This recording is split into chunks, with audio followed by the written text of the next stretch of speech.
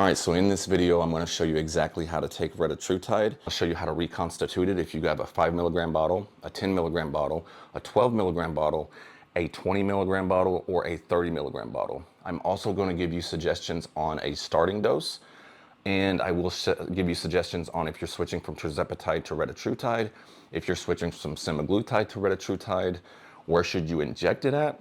Should you inject it in your stomach? Should you inject it in your arms, legs? Where should you inject it at? And then I'm going to go over some side effects that I like to touch on in every video. I'm not going to talk about the benefits of retatrutide because if you're watching this video, you know the benefits. So let's get into it. All right, so the first thing about retatrutide is reconstituting it. So what you're going to need to do it as safely as possible is you're going to need to use backwater. You don't want to use any faucet water or anything like that. Backwater, you can usually get it from where the site that you order it from. You're going to need insulin syringes, 29 gauge to 31 gauge, 1 milliliter, which is 100 IUs. You're going to need alcohol pads. We need to stay safe and we need to stay hygienic. And then you need the retatrutide vial, and you're going to need a clean surface. Here's the step-by-step instructions on what you're going to need to do. Step 1 is clean the tops of both retatrutide and the backwater with alcohol pads. Draw up your chosen volume of backwater with your syringe, and I'm going to get into how much that you need to inject into the bottle in just a second. And then slowly inject the backwater into the retatrutide vial down the side of the glass. Don't blast it straight into the powder. And then you're going to gently swirl. You're not going to shake the powder until it is fully dissolved. And then you can label the vial if you wanted to so that you know the total milliliters added in the concentrate. So the next question is, how much backwater should you use? And I'm going to keep this super simple for you. I'm going to show a chart right here so that you can see exactly like how much that you should put in of each milligram, 5 milligrams, 10 milligrams, 12 milligrams, 20 milligrams, or 30 milligrams.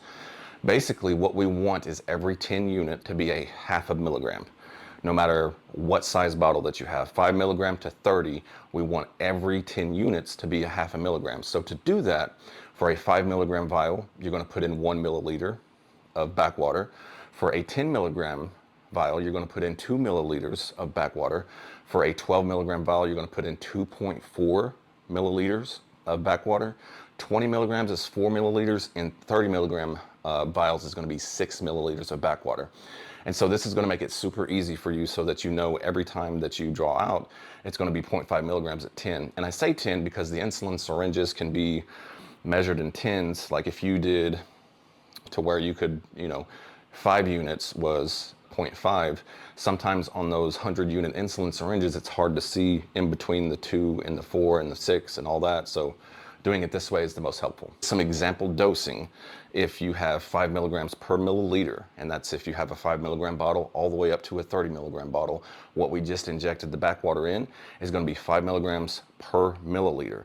So if you want to inject 1 milligram of retatrutide, you're going to pull up 20 units. If you want to inject 2 milligrams, you're going to pull up 40 units or 0.4 milliliters, so on and so forth. And for a beginner retatrutide dose, the best dosing is going to be 0.5 to 1 milligrams. You're going to start low, assess tolerance, and then titrate up every 1 to 2 weeks. So a typical schedule can look like this. Weeks 1 through 2 is going to be 0.5 milligrams. Weeks 3 through 4 can be 1 milligrams. Weeks 5 through 6 can be 2 milligrams, and 7 plus can be 2.5 to 5 milligrams, and you can work your way up all the way to 10 to 12 milligrams depending on your tolerance, your goals, and the results that you're getting. If you're switching from tirzepatide to retatrutide, a good dose, if you're at tirzepatide 5 to 10 milligrams, a good starting dose for retatrutide is going to be 1 to 2 milligrams. Retatrutide hits a little bit harder due to its glucagon receptor activation, so don't do 1 for 1. If you're on tirzepatide at 12.5 to 15 milligrams, a good starting dose with retatrutide is going to be about 2 to 2.5 milligrams per week. If you're switching from semaglutide to retatrutide,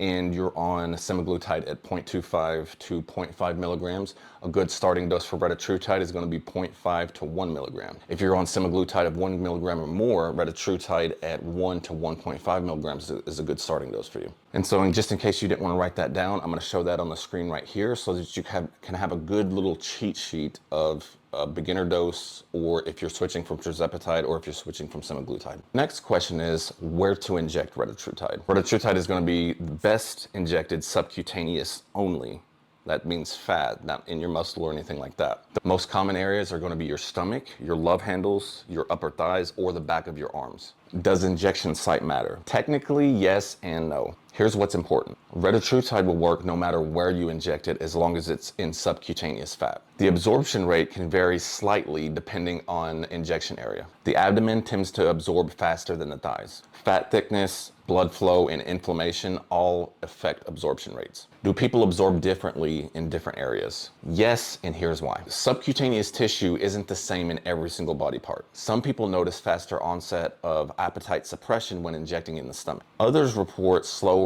and more stable absorption rates if they inject in their glutes or their thighs. Some users find less GI stress if they switch from their abdomen to their thighs. The thing is that you need to stick consistently to an injection site and not move around so that you can track your results accurately. If you switch locations week to week, it's hard to track what's really working. So here's a chart if you want to inject it in your arms, if you want to inject it in your abdomen, or if you want to inject it in your thighs.